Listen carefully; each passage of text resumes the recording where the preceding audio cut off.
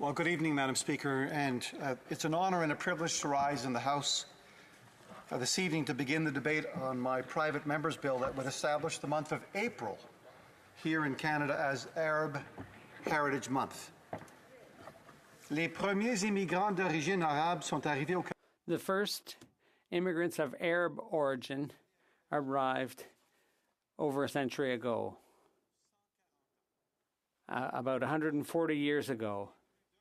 Now there are over 1 million Canadians of Arabic origin, and that number keeps rising. That arrived in Canada 140 years ago was Ibrahim Abu Nader, and he settled in Montreal. Since then, we've seen the Arab community grow and prosper in different parts of the country and truly help build the social fabric of Canadian society. The Arab population in Canada has increased by approximately 34% since 2011 and by about 75% since 2006. Through its youth, our Arab Canadians' future is very bright. About 42% of the Arab population in Canada is under the age of 24. By comparison, the total Canadian population that is 24 years old and under was 29%. In addition, the Arab population in Canada has a lower proportion of people aged 65 and older, about 5%, than in the Canadian population as a whole, which is about 16%. Mr. Speaker, in my riding of Ottawa South, I have the second largest Arabic-speaking population of all of the 338 electoral districts in Canada. I have many friends in the National Capital Regional Arab community and way beyond.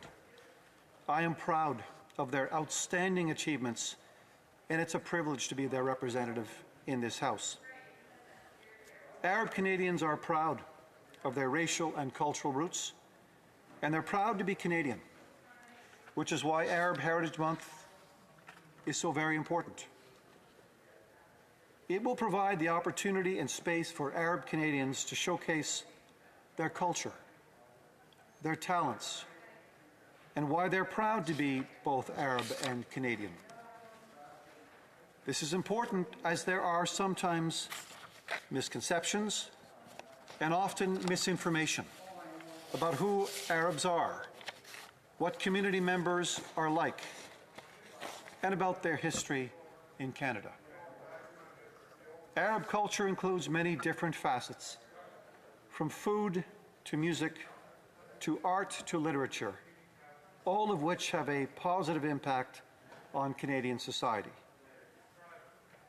From buying a shawarma wrap at your favorite Lebanese restaurant here in Ottawa, to going with your friends to Petit Maghreb in Montreal to enjoy some mint tea and sweets from a Moroccan vendor, to buying embroidered silk and satin kaftans from a Palestinian small business in Mississauga, to hanging out in Arab cafes and lounges in Edmonton. These are just some of the many ways that Arabs share their culture with the broader Canadian community, and we thank them for that. Arab Heritage Month in Canada will be a terrific opportunity for Arab Canadians to be recognized for their contributions to this amazing country.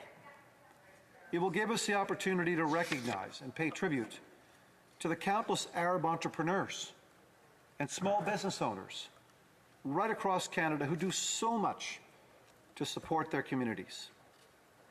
Many stakeholders, Mr. Speaker, are supportive of this bill, including the Canadian Arab Institute. Jad El Tal, the Director of Research and Policy of that Canadian Arab Institute, said to me just last week, and I quote, "It is time for Arab Heritage Month to be proclaimed in this country so that us Arabs can feel like we can celebrate both our Canadian identity and our Arab roots. They are not mutually exclusive. An important part of being Canadian is celebrating how diverse we are as a nation. Canada can no longer paint a picture of the country without including Arab Canadians in the frame, he said. I agree with him completely, Mr. Speaker. I share the sentiment and I support the statement. I have always believed that Canada's diversity is its single greatest source of strength. It is a conclusion I've arrived at having had the privilege of living on 4 continents and working and traveling in over 80 countries, Mr. Speaker. That belief that Canada's diversity is its single greatest source of strength informs this bill. While Arabs come from different countries of origin and, of course, different religious backgrounds, they have more in common: leadership, entrepreneurial spirit, and a strong work ethic than they do differences. Of the people living in Canada and born in an Arab country, more than half have been admitted into Canada as economic immigrants. Almost 25% have been admitted into Canada as refugees. In the most Arab-populated areas in Canada, the vast majority of Arabs are of Moroccan, Lebanese, Algerian, and Egyptian origin. More than 90% of the Arab population in Canada resides in Ontario, Quebec, and Alberta, with Montreal, Toronto, and Ottawa-Gatineau having the highest concentrations. Les Canadiens d'origine arabe Canadians of Arab origin from all walks of life significantly contribute to the social, economic, and political life of Canada, as well as the cultural landscape through literature, music, food, and fashion, among other things. This bill would underscore and celebrate the historic contribution made by Canadians of Arab origin in the building of our marvelous Canadian society, both of the past and of today. And to teach and to learn about each other, about other cultures. In Canada, we currently celebrate the following such months: Tamil, Irish, Asian, Caribbean, Italian, Portuguese, Islamic, Black, Sikh, Jewish, Indigenous, Filipino, German, Hispanic or Latin American, and Women's History Month. Mr. Speaker, Arab Heritage Month in Canada is long overdue, and I am hopeful that my colleagues will support my bill so Arab Heritage Month can join the list. In the United States, Arab America and the Arab America Foundation launched in 2017 their first edition of the National Arab American Heritage Month. 4 years later, President Biden, through the U.S. State Department, officially recognized April as the National Arab American Heritage Month. Arab Heritage Month in Canada will provide us an opportunity to show our appreciation for the invaluable contributions made by Arab Canadians to build a stronger and more inclusive Canada. It'll be time to recognize and celebrate the contributions of Arab Canadians, individuals such as, in business, Noubar Afeyan, the co-founder of Moderna; Ablan Leon, who founded Leon's in 1909; Aldo Ben Sadoun, the founder of Canadian retailer Aldo; Mohamed Faki, CEO and founder of Paramount Fine Foods. In the media, Mohamed Fahmy, an award-winning journalist, war correspondent, and author; Nala Ayed, an award-winning correspondent with CBC. In arts and culture, René Angélil, husband of Céline Dion, a producer, talent manager, and singer; Kanan, a poet, rapper, singer, songwriter, and instrumentalist; Mina Massoud, an actor who's best known for his role as Aladdin in 2019.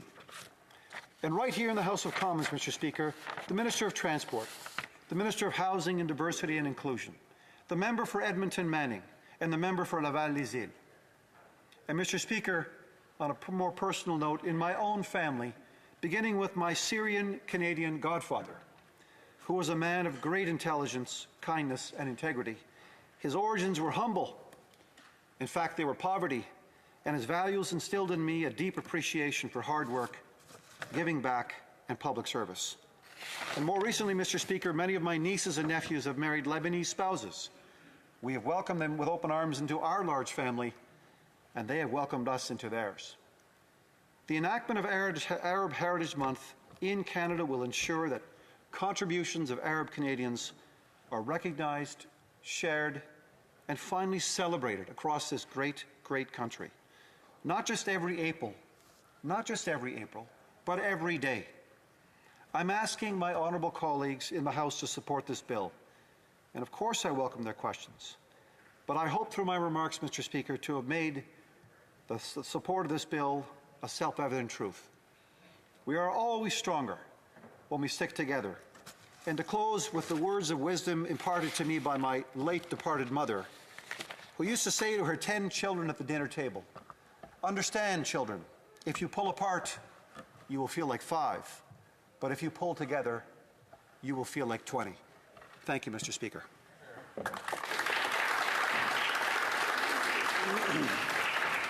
Questions and comments? Question and commentaire. The honourable member for Edmonton Manning. Well, thank you, Mr. Speaker, and I want to thank the member, honourable member from Ottawa South, for putting together this bill forward. And I know that he does represent more Arabs in his constituency than I did. I do in Edmonton Manning, but in the meantime, I'm thanking him for putting this bill together and forward. And the question is, how does he see the community members integrating in the Canadian society, being here in Canada for almost 140 years? The honourable member for Ottawa South. Well, thank you to my colleague for the question. It's a thoughtful and important one. And I see my Arab Canadian neighbours and friends. I see the entrepreneurs and the investors. I see Arab Canadians in senior ranks of the public service, in Parliament, in medicine, in law, in engineering, running real estate companies, doing international trade, running airlines. I see Arab Canadians as unbelievable citizens, making unbelievably important contributions to this country. Mr. Speaker, I have always believed that it is incumbent upon Canadians and Canada, in fact, it has a special responsibility, to show to the rest of the world that we can come together from every part of this planet, with every language and every country of origin and every culture, dance, music, dress, and food type, and build a society that is unequaled. Arab Canadians have been integral to making those contributions. Question and commentaire. L'honorable député de... The honourable member for Saint Jean. Thank you, Mr. Speaker, and I'd like to thank my colleague for his speech. It's always a pleasure to hear him talk. When you set up a month like this, we like to use that opportunity to make the celebration really showcase it either here on the Hill or in our riding. So I wonder if the member has any suggestions to make to celebrate this more visibly. Merci, Monsieur le Président. Thank you, Mr. Speaker. I'd like to begin with perhaps some shawarma sandwiches in the lobby of the House of Commons. Having a nice treat like that would be welcome. Now, with a month like this, it gives an opportunity for the Heritage Department to support and fund celebrations all across Canada. In small communities and major cities, it would be possible for the Arab community to apply for financial support to help to continue to showcase the contributions of the Arab community to Canada. Thank you very much, Mr. Speaker, and I want to thank my honourable colleague from Ottawa South for putting forward this very crucial and important bill. Albeit I very much agree with the importance of ensuring we have Arab Heritage Month as part of our Canadian mosaic and making sure we can celebrate the contributions of Arab Canadians to our society. However, Arab Canadians have been targeted, not just recently, as far back as decades, for discrimination and harm and hate. In my riding in Edmonton-Griesboro, we've seen attacks against members of the Arab community. Could the member comment on how important this legislation is to ensuring we decrease this level of violence and ensure protection for our community members who are Arab? L'honorable député de Ottawa Sud. Mr. Speaker, that's a profoundly important question and one that's steeped in truth. It is clear that we've seen all kinds of abuse, all kinds of profiling, all kinds of hatred directed at different parts of Canadian society, including our Arab Canadian neighbours, community members. I'm hoping that this bill and an Arab Heritage Month will help elevate understanding, will help celebrate who Arab Canadians are, will break down barriers, break down fear and ignorance, so that we have a fuller understanding, ultimately, that we are always stronger. As the Prime Minister says all the time, and I know he means this, we are always stronger when we are together. We have time for a quick question and answer, and I know the member for Don Valley North has been up a couple times. Thank you very much, Speaker. You know, I want to thank the member for bringing forward this bill. It's a very meaningful bill. When he talked about listening to each other, learn from each other, brings back the memory of the late member for Scarborough Court. You know, for those new members that hasn't seen this video, I strongly encourage you to take a look. The video that the Arnold Chan, his speech, it was very inspirational, and I think it speaks to the spirit of today's bill. Thank you very much, Speaker. The honourable member for Ottawa South on a very short answer. Very short answer to commemorate my good friend Arnold Chan, a young man that I actually drafted into public life. A very fine and decent man. I would commend everybody to watch the video that he gave, one of his final speeches. A very moving, in fact, indication of what we're supposed to be doing here as we come together at our best. Thank you, Mr. Speaker. Resuming debate, the honourable member for Ottawa Manning. Oh, sorry, Edmonton Manning. Well, thank you, Mr. Speaker. I haven't decided to change the name of my riding, but we'll take that. Mr. Speaker, it gives me a great pleasure to rise today to offer my support for this bill, the Arab Heritage Month Act. I want to thank the honourable member from Ottawa South for bringing this matter to the attention of this House. There are more than 1 million Canadians of Arab descent. They are found in every province and territory. Each one has a different story and how they or their ancestors came to this country. No matter where they come from originally, Lebanon, Syria, Iraq, Morocco, Palestine, Jordan, or any of a dozen other countries. One of the things that you'll find that Arab Canadians have in common is that they came seeking a better life. Another thing that they have in common is their desire to give back to Canada. It is that desire to give back that I want to celebrate today. There are those of Arab heritage that have become well known in the Canadian society. They are not thought of as hyphenated, but as proud Canadians. Some of those with Arab heritage have become well known in our society. Actor Keanu Reeves was born in Lebanon. Hockey star Nazim Kadri is of Lebanese descent. So is filmmaker Donald Shabib. And being in Ottawa, I must mention singer Paul Anka, whose family came from Lebanon and Syria. Not to mention the long list of Canadian politicians with Arab roots, some of whom are sitting today in the House of Commons. There have been many business people as well. Arab-speaking Middle Easterns are known in the world over their entrepreneurial skills. While there may be instability in their home countries, they have flourished in their new lands.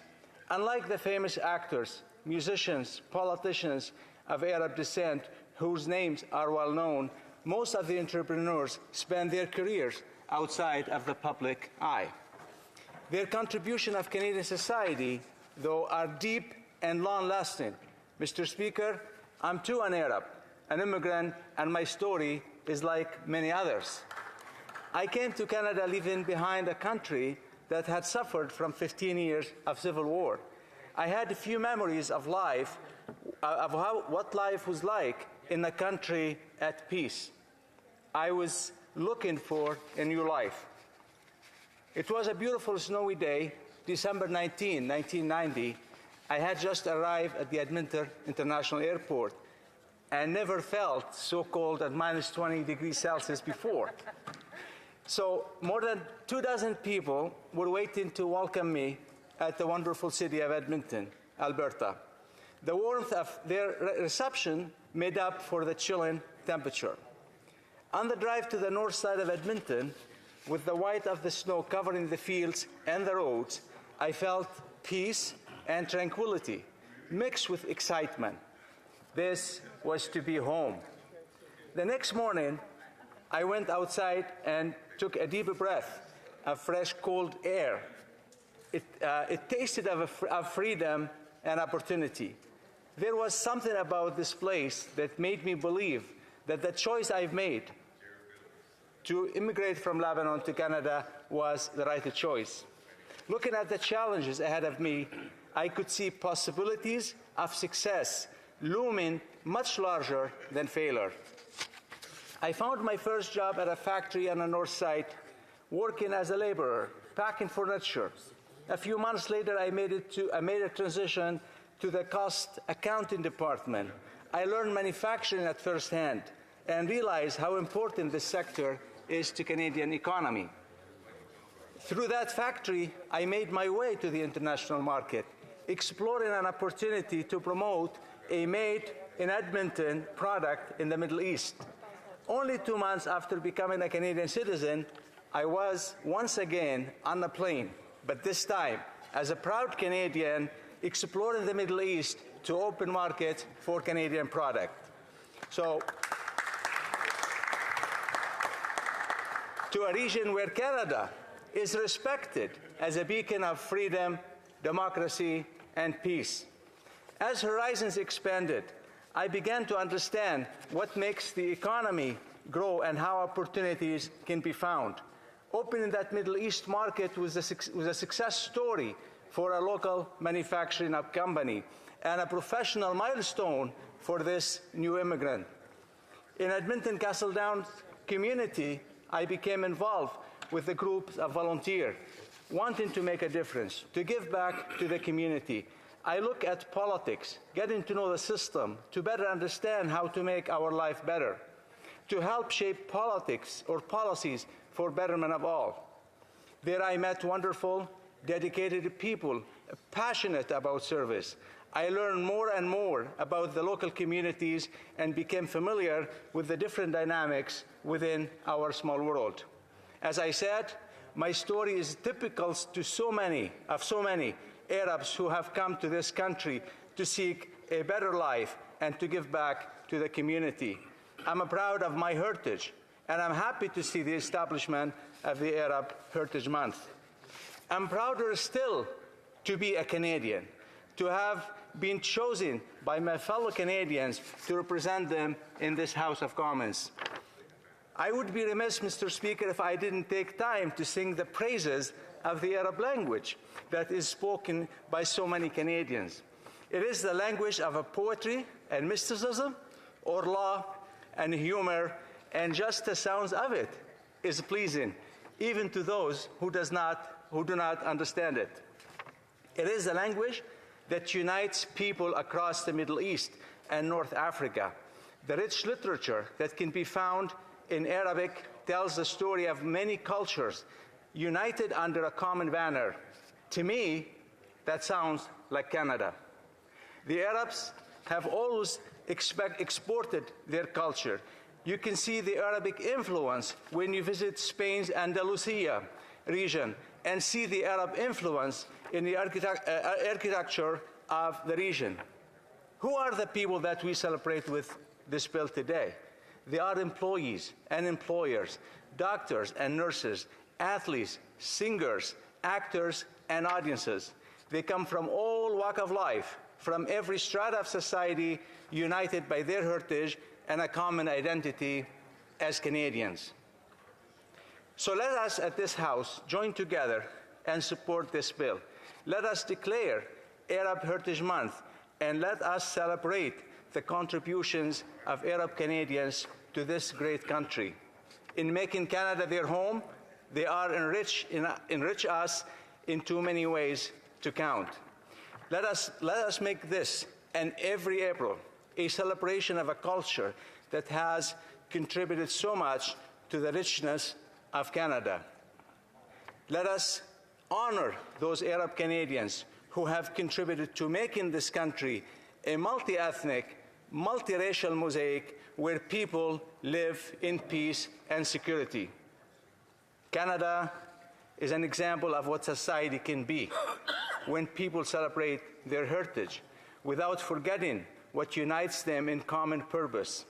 Let us celebrate Arab Heritage Month, and whoever we are and wherever we are from, we can all eat some baklava and shawarma by the end of the day.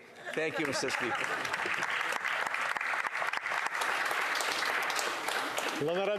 The Honourable Member for Rivière-des-Mille. Thank you, Mr. Speaker. Before I begin, I would just like to say that all Bloc Québécois members stand with the Ukrainian people in these difficult times. Mr. Speaker, today I rise to address Bill C-232, an act respecting Arab Heritage Month. This is a private member's bill, which was moved by the member for Ottawa South, and it is at the second reading stage. More specifically, C-232 would designate the month of April in Quebec and Canada Arab Heritage Month. The Bloc Québécois is happy to underscore the extraordinary contribution of the Arab community to Quebec society. Mr. Speaker, last year, we moved a bill to that effect for Ireland, and the month designated for Ireland was in March, and I had the honor of underscoring that month with the various members of Parliament here in the House. The Bloc Québécois supports this bill in principle, but you may be like me. I find that we don't really know in detail just how important Arab communities are to Quebec and Canada, and so I'd like to clarify certain things. What exactly is meant here by Arab? Because it can lead to confusion, because it refers to people of the Arab Peninsula, as well as Arabic-speaking peoples and people of Arabic culture. But Arab language and culture are not limited to Arabia, because these people and this territory extends from the Persian Gulf to the Atlantic Ocean, including the Middle East and Maghreb. And this is all due, this language and culture, to the Arab conquests, which began in the 7th century after the birth of Islam. And not all inhabitants of the Maghreb are of Arabic language or culture. For example, there are the Berber peoples. So we cannot define our Arab communities only by their language, their country of origin, or their religion, because really we need to talk about a civilization when we're referring to these peoples. I'm going to have a little drink of water. Mr. Speaker, did you know that the Western world would have never seen the Renaissance if the Arabs, during the Islam's golden age, had not transmitted and developed the precious knowledge of the Greeks, which was either forgotten or forbidden during the Middle Age?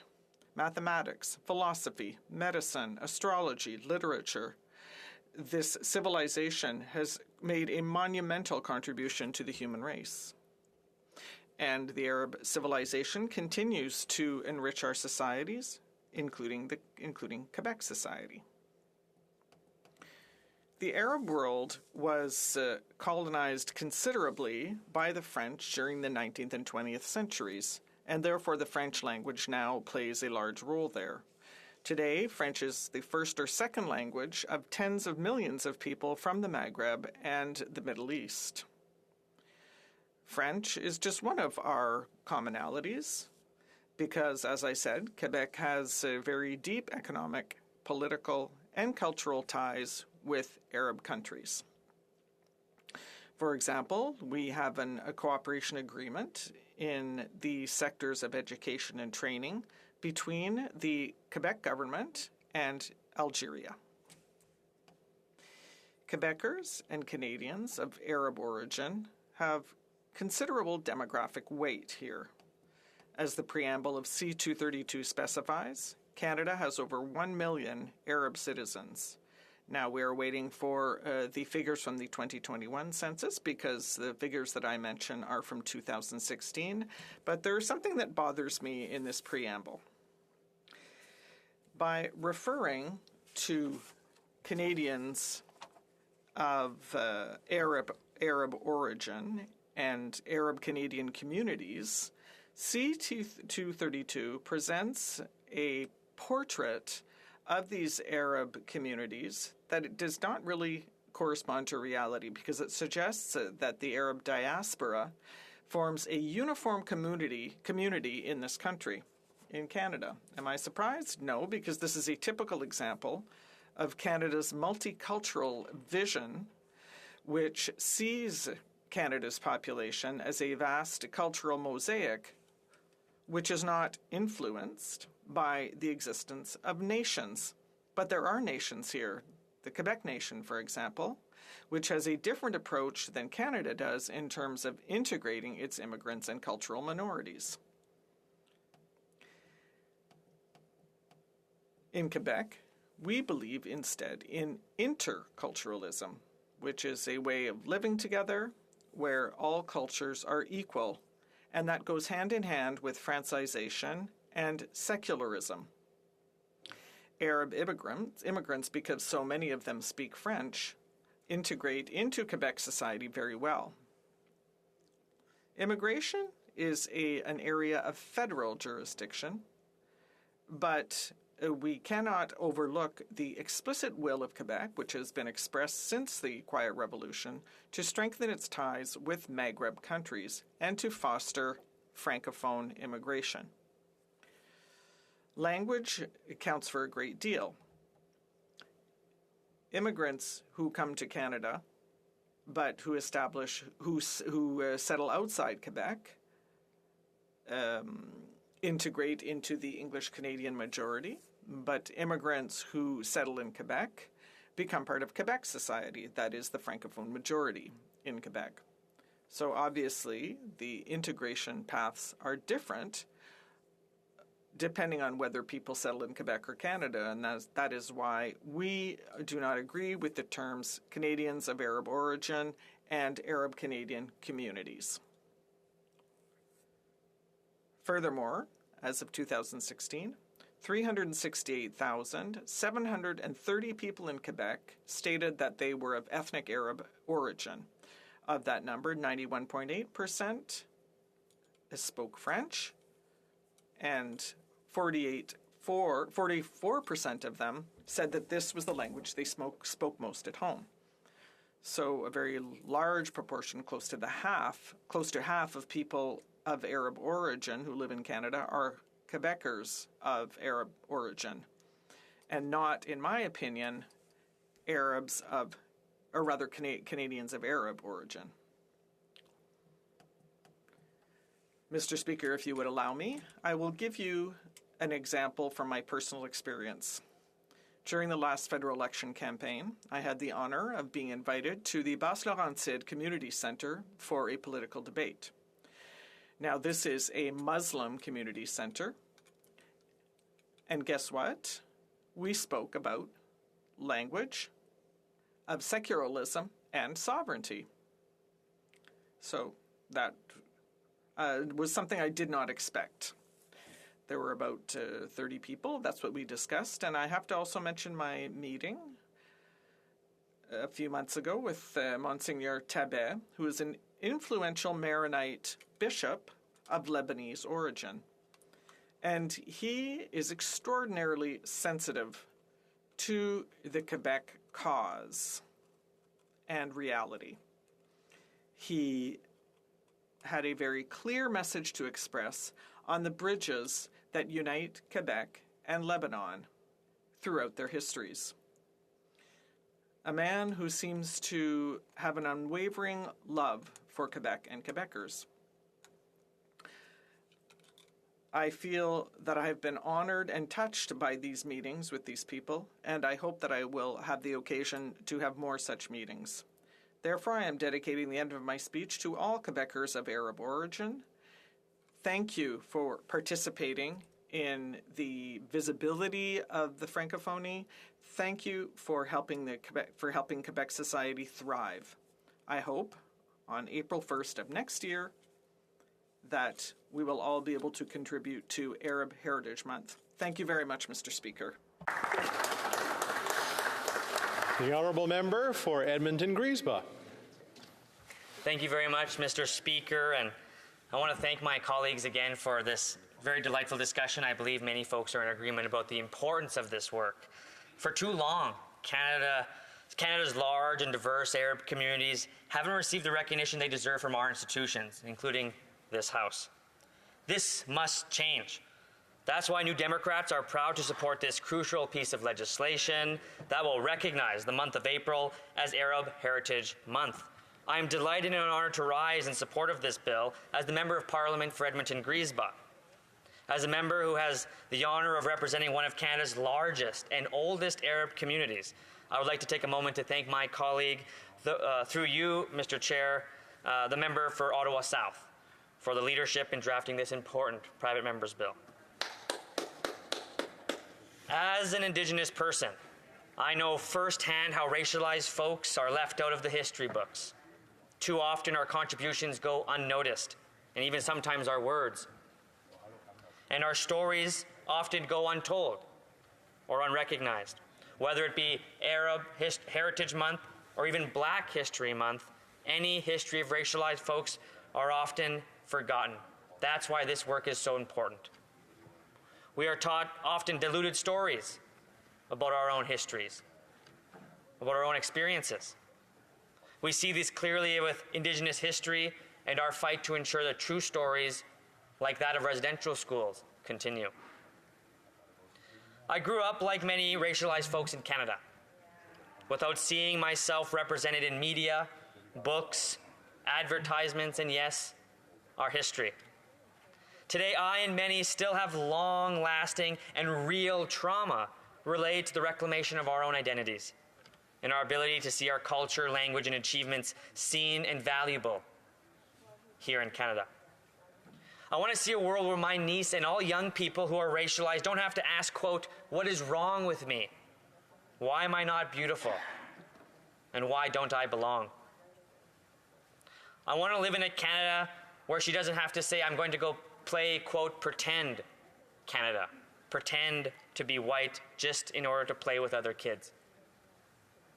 All children deserve to be seen and they deserve to be recognized. Without this necessary work, a whole generation of Arab Canadians will not see themselves and their extraordinary contributions to this country as seen. This is important work, especially as we witness the rise in anti-Arab and particularly anti-Muslim hate across Canada, which is often gender-based and dangerous. This is certainly true in my home community of Edmonton-Griesbach.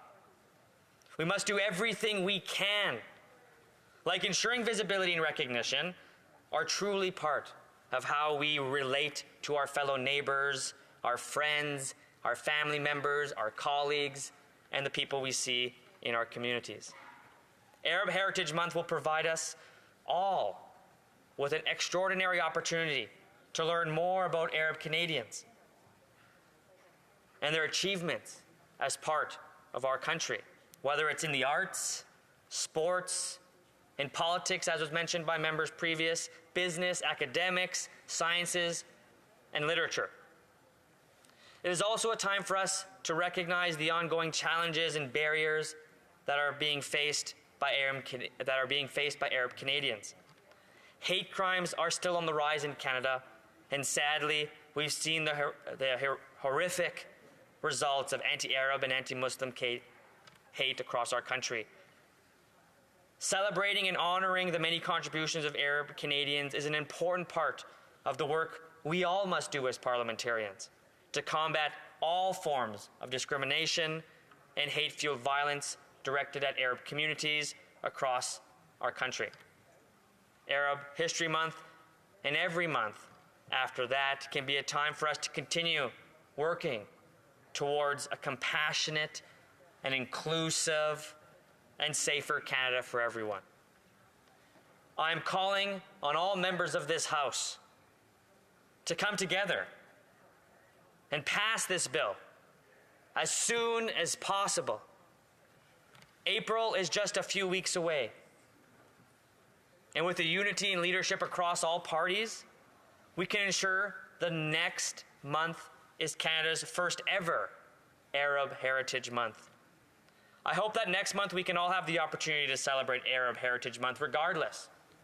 In your communities, they're there, so long as they can be seen. I would like to spend the remainder of my time telling a story from the remarkable Arab Canadian community in my riding of Edmonton-Griesbach.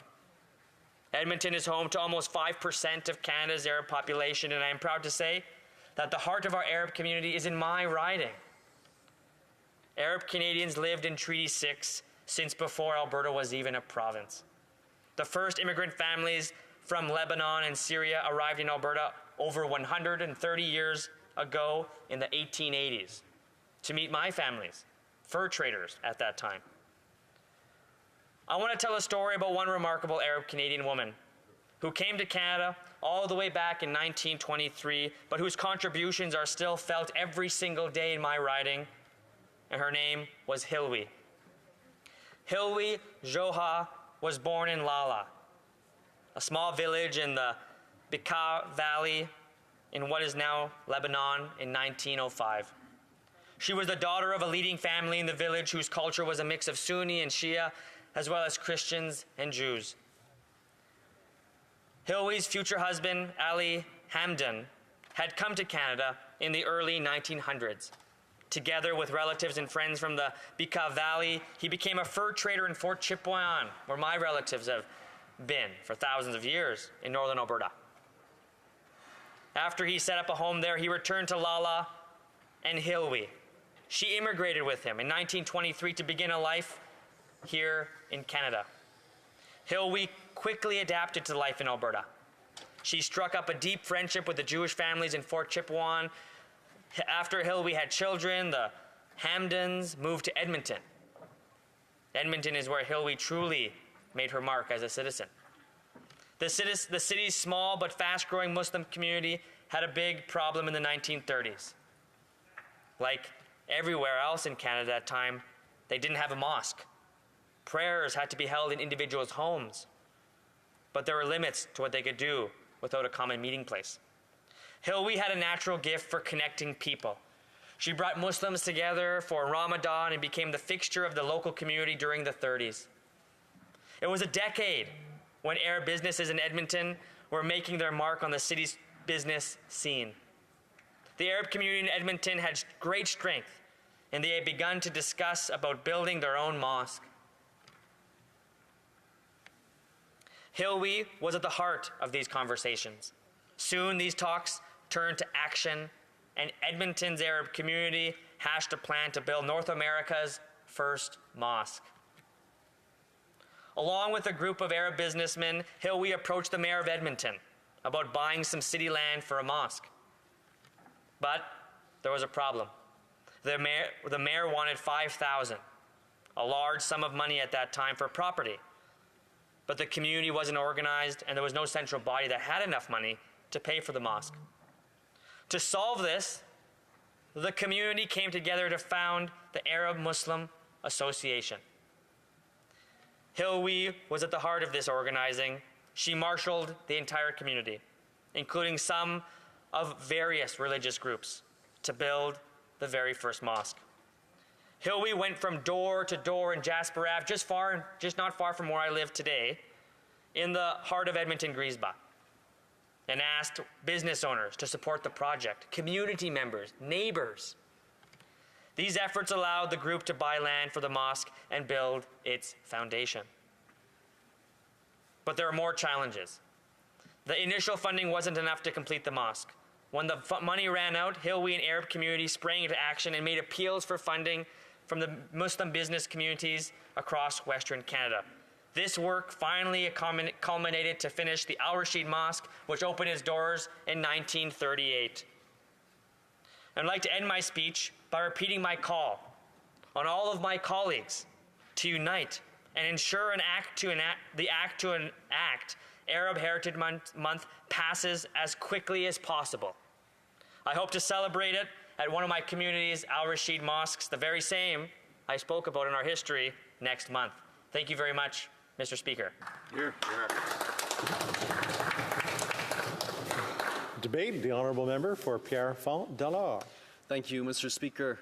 Monsieur le Président, c'est Mr. Speaker, it's a pleasure and an honor to rise in this House and to speak in favor of the adoption of Bill C-232, an act respecting Arab Heritage Month, which would be in April.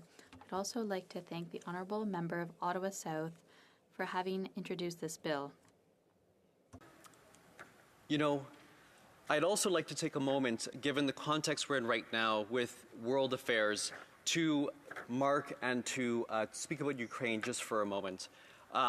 We know that this is a grave humanitarian crisis. We know that the people of Ukraine are fighting for their country, for their freedom, and I am grateful to our government and all of us together in this House uniting to help the people of Ukraine and to avert this humanitarian crisis. Slava Ukraini. Returning back to Bill C-23 and Arab History Month, it's really in my university days, in the early 2000s, that I first got to know who Arab Canadians are and who Arab people are, their history and culture. It was at this time in my undergrad that I got to have and develop deep friendships with my Arab classmates. Myself, as somebody from a diverse background, from a father that came here to Canada in the 70s, and my mom, who is from Brockville, Ontario, a third-generation Canadian of mixed Italian and Scottish heritage, I'm personally fascinated by people's stories. I'm fascinated by people's personal stories, their ethnicities, their culture, their heritage. And that's how I became fascinated by Arab Canadians and all Canadians that I was studying with while at university. I learned that Arabs are not a monolith, but Arabs are of diverse cultures, diverse backgrounds. I learned that there are contours to the Arab people. Their history and culture is deep. Later on, once I completed my degree in mathematics, I ended up working in Kuwait for the first time.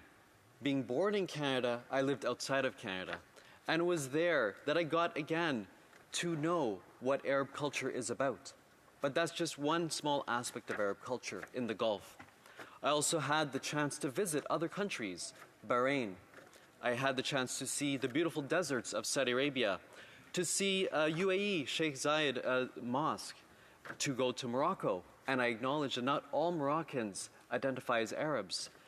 Many will identify colloquially as Berbers or Ahmaziyah, which is in contrast to Arabs, an indigenous type of people. I've also had the chance to visit Jerusalem and the Palestinian territory of the West Bank. I've seen the diversity of Arab peoples, at least a part of it. There are 400 million Arabs in the world. There are 25 countries that have Arabic as a first language. There are many Canadians who also link themselves to Arab culture and heritage.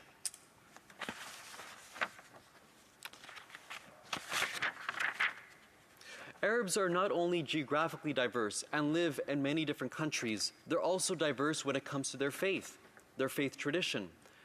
The caricature is that Arabs are mostly Muslim, and while that might be true, there are important Christian communities within Arab lands who speak Arabic. There have been historically Jewish communities that also have lived within Arab lands. In my own writing of Pierrefonds-Dollard, I've had an amazing conversation with a gentleman who came here, is living here today, who lived in Iraq and who is attached to the Arabic language and culture of Iraq. Arabs are also of Druze faith and also of the Baha'i faith and no faith at all. So Arabs are actually quite diverse in terms of their religion and background. Before I leave the regional diversity of Arabs, it would be wrong of me not to speak a moment of Yemen. We have the caricature of Arabs, especially those in the Gulf, as being wealthy oil sheikhs. But there is also poverty. there is sometimes deep poverty.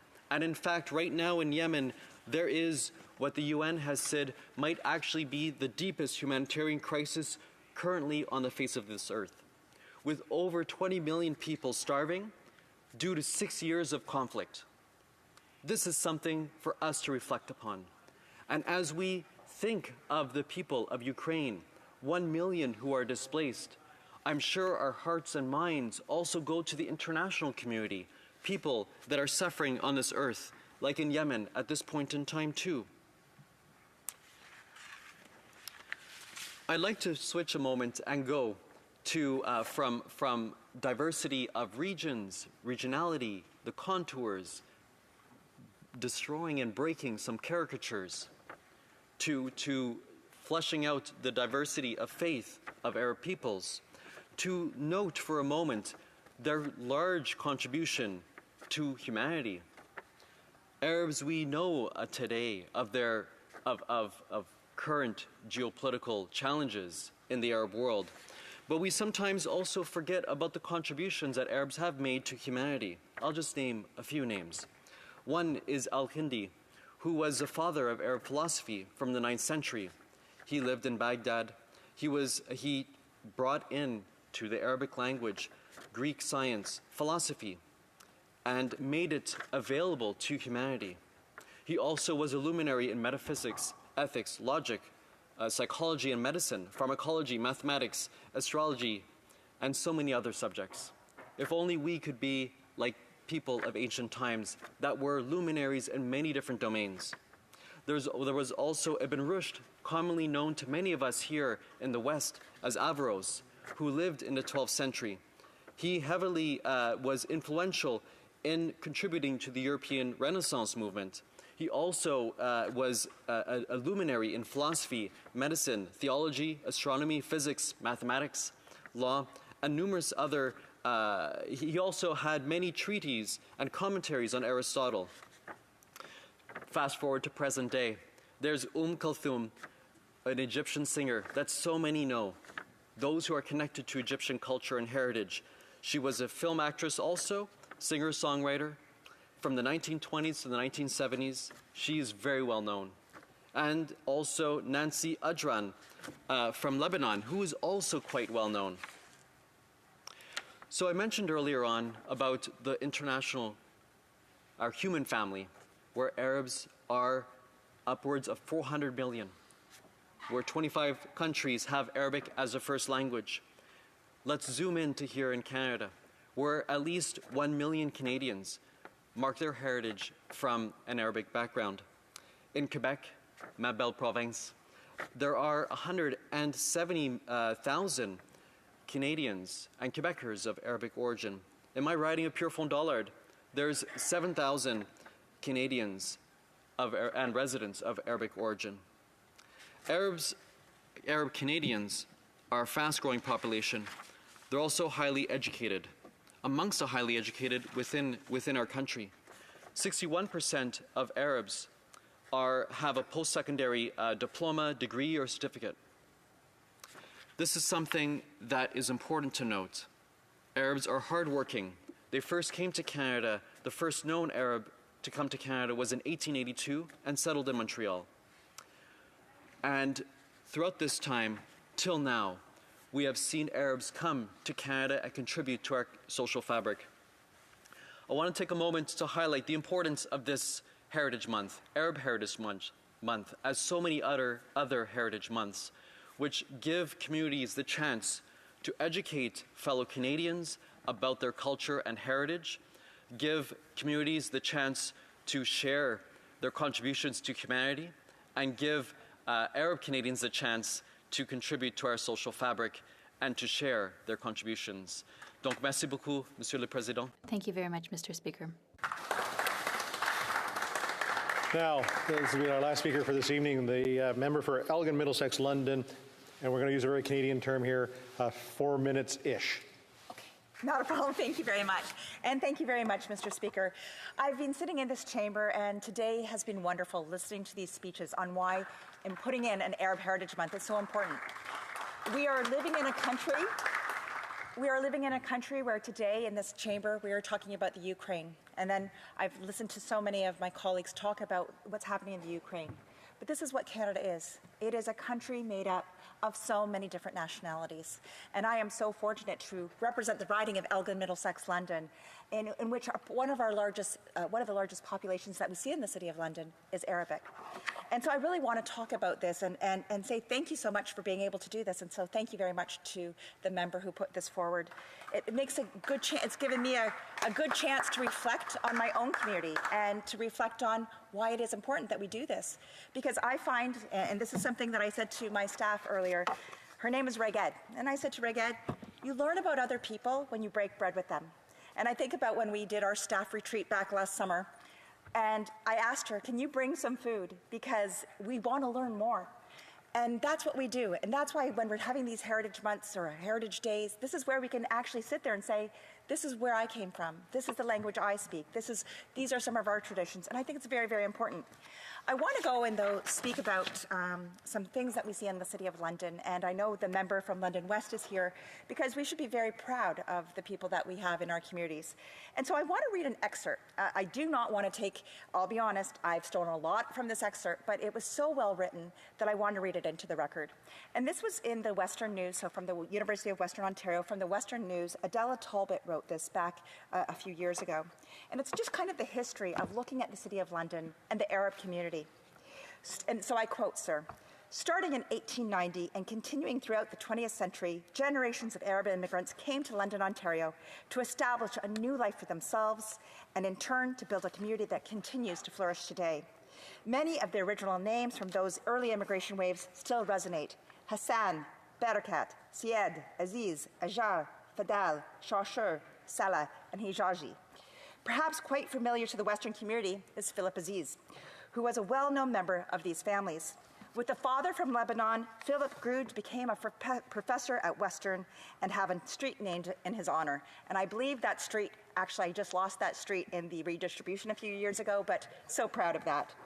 These families have succeeded in countless areas, but across the years, it was deeply rooted respect for the history and the future of the Arabic language that united this community and created a lasting legacy for native speakers to pass along to the next generation.